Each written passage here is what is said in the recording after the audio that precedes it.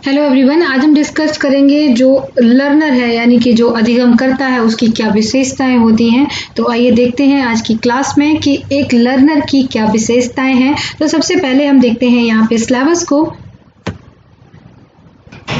Learner की जो विशेषताएं हैं उसमें किशोर और वयस्क विद्यार्थियों की अपेक्षाएं शैक्षिक, सामाजिक, भावनात्मक, संज्ञानात्मक और व्यक्तिगत जो भिन्नताएं हैं इसके ऊपर आज की क्लास में हम डिस्कस करेंगे।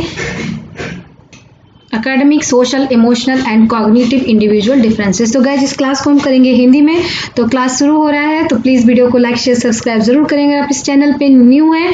और अगर आपने पहले से सब्सक्राइब कर रखा है तो बेल आइकन को दबाना ना भूलें और लाइक ज़रूर करते रहें, जैसे आपको कंटिन्यूस ऐसे ही वीडियो प्रोवाइड करती रहूँ। तो चलिए स्टार्ट करते हैं। सबसे पहले हम समझेंगे कि लर्नर क्या है और उसकी कैरेक्टरिस्टिक क्या है। शिक्षार्थियों की जो विशेषताएं हैं वो क्या होती हैं।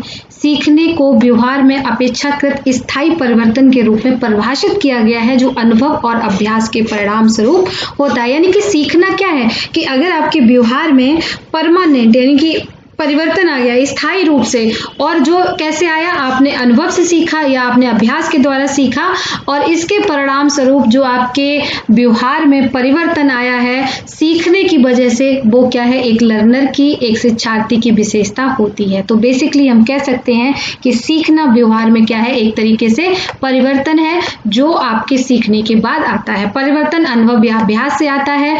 वृद्धि, परिपक्वता और पूछताछ के कारण होने वाले परिवर्तनों को सीखने के रूप में नहीं माना जाता है।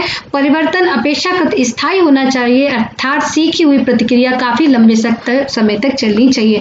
रात को सीखा, सुबह भूल गए तो उसे हम सीखना नहीं कह सकते। यानी कि जो भी आपने सीखा और सीखने के बाद आपके व्यवहार में जो परिवर्तन आया वो कैसा होना चाहिए, ये कम से कम कुछ दिन तो रहना ही चाहिए, तभी माना जाएगा कि आपने कोई चीज सीखा। अगर आपके शरीर में वृद्धि हुई, आपके आकार में वृद्धि हुई है तो वो सीखना नहीं है, आप परिपक्व हो गए हैं या किसी पूछताछ से आपने कोई चीज जान ली है तो इससे भी आपको सीखने की विशेषता नहीं मानी जाएगी। बेसिकली ध्यान रखना है कि सीखना वह होता है जिसमें कोई भी शिक्षार्थी उसके व्यवहार में जो स्थायी परिवर्तन आता है, जिसमें वो अनुभव और अभ्यास के द्वारा परिणाम स्वरूप सीखता है, उसे ही हम क्या बोलते हैं, उसे ही हम यहाँ पे कहेंगे कि ये एक शिक्षार्थी की क्या है, विशेषता है।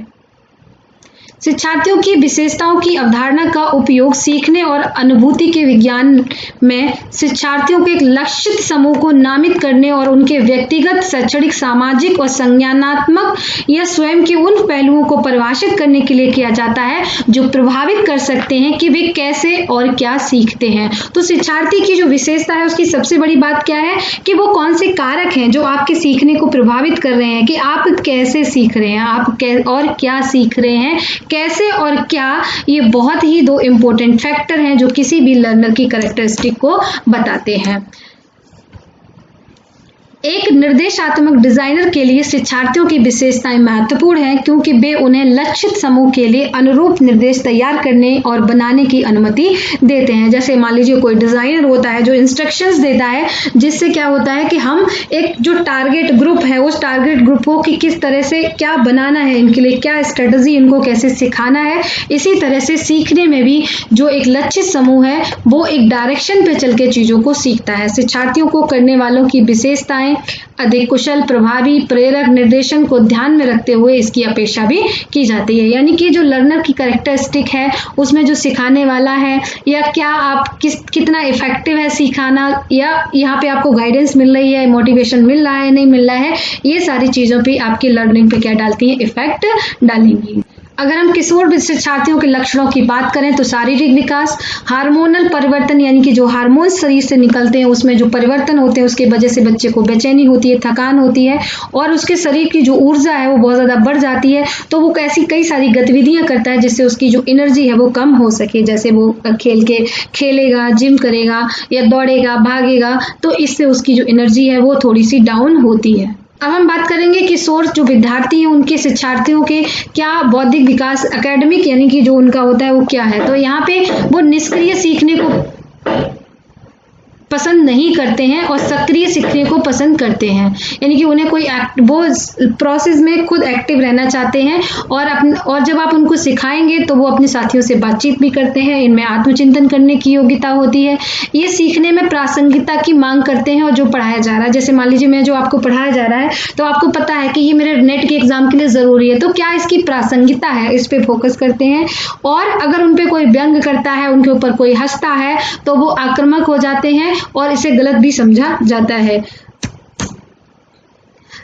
सामाजिक विकास की अगर हम बात करें कि जो एडल्ट बच्चे हैं उनमें सोशल डेवलपमेंट कैसे होता है, तो यहाँ पे वो जब विद्यालय में जाते हैं तो शुरुआत के दिनों में आप देखेंगे कि वो भयभीत और डरे हुए होते हैं, बाद में वो सनकी हो जाते हैं और लोकप्रिय संस्कृति में रुचि रखते हैं। जैसा फैशन चल रहा है उसी फैशन को अपनाने में दिलचस्पी दिखाते हैं। उपहास, शर्मिंदगी और अस्वीकृत के लिए उनके अंदर अतिरंजना होती है। अगर कोई उनका उपहास उड़ाए या उनको शर्म आ जाए या उनको कोई रिजेक्ट कर दे तो इसके लिए उन्हें बहुत बुरा लगता है और वो इसके लिए सुसाइड भी कर लेते हैं। आपने देखा होगा बहुत सारे बच्चों में ऐसी टेंडेंसी पाई जाती है, डिप्रेशन में चले जाती हैं।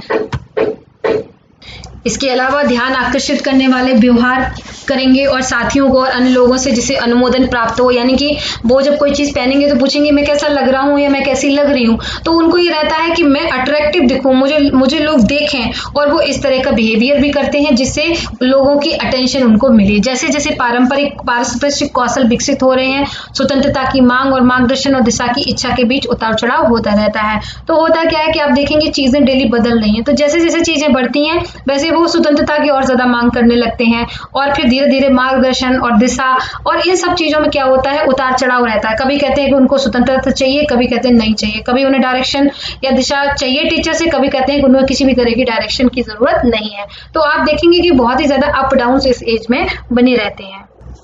अगर हम भावात्मक और मनोवैज्ञानिक विकास की बात करें तो तीव्रता के शिखर और अप्रत्याशितता द्वारा चिन्हित मिजाज, यानी कि आप देखेंगे कि बहुत ज्यादा इस समय जो उनकी नेचर होता है वो बहुत ही ज्यादा तीव्रता, यानी कि एक तरीके से बहुत ही ज्यादा अप्रत्याशित तरीके से वो बिहेवियर करते हैं। तो तूफान का जो किशोर जो अवस्था है वो तूफान की अवस्था इसीलिए कही जाती है।